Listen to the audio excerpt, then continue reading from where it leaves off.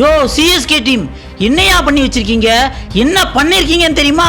Mumbai இந்தியன்ஸை IPL 19 வருஷ வரலாற்றிலேயே அதிக ரன் வித்தியாசத்தில் தோற்கடிச்சிருக்கீங்க.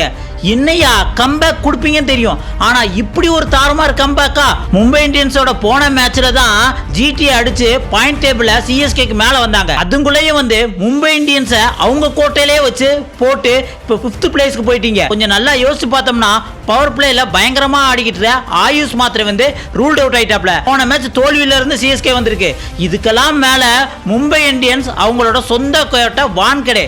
அவங்க போன மேட்ச் தான் 99 ரன் வித்தியாசத்துல ஜிடி அடிச்சு செம்ம ஃபார்ம்னா சும்மா சாதாரண ஃபார்ம் இல்ல, எவனா இருந்தாலும் எங்கிட்ட வாங்கடா அப்படிங்கிற மாதிரி அவங்களோட பேட்ஸ்மேனான திலக் வர்மா செஞ்சுரி போட்டு மரண காட்டு காய்ச்சி வின் பண்ணிட்டு வந்தாங்க.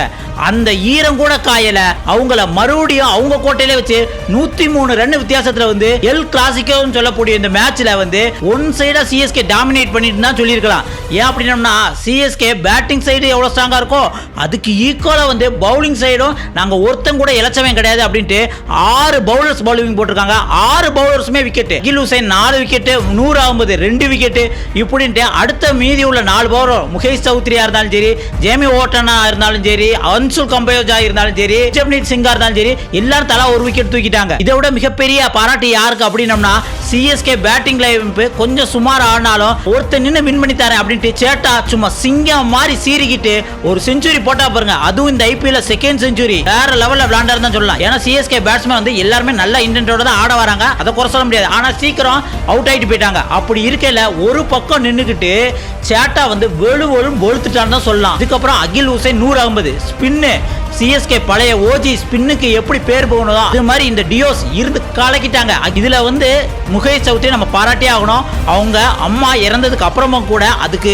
சிஎஸ்கே பிளாக் பேண்ட் கட்டிட்டு தான் விளையாண்டாங்க. இருந்தாலும் அந்த சோகத்திலையும் முகேஷ் சௌத்ரி ஒரு பவுலிங் கலக்கும் கலக்கி ஒரு விக்கெட்டை எடுத்துட்டாப்ல. இந்த மாதிரி சிஎஸ்கே டீமை பார்க்கும்போது பேட்டிங் நல்லா இருக்கு, பவுலிங் நல்லா இருக்கு, ஃபீல்டிங் நல்லா இருக்கு அப்படின்னு பார்க்கும்போது எப்பா உன்னை இப்படி பார்த்து எவ்வளவு நாள் ஆச்சுப்பா, உண்மையிலே வேற லெவல்ல கலக்கிறப்பா அப்படின்னு தான் சொல்ல முடியும். பாயிண்ட் டேபிள்ல 5வது பிளேஸ் போனவனுக்கு இன்னும் 4வது பிளேஸ்க்குள்ள போறதுக்கு எவ்வளவு நேரம் ஆகும்? அதை எதிர்பார்த்து தான் காத்துக்கிட்டு இருக்கோம். இதை பத்தி நீங்க என்ன நினைக்கிறீங்க அப்படிங்கிறத மறக்காம கமெண்ட்ல சொல்லுங்க.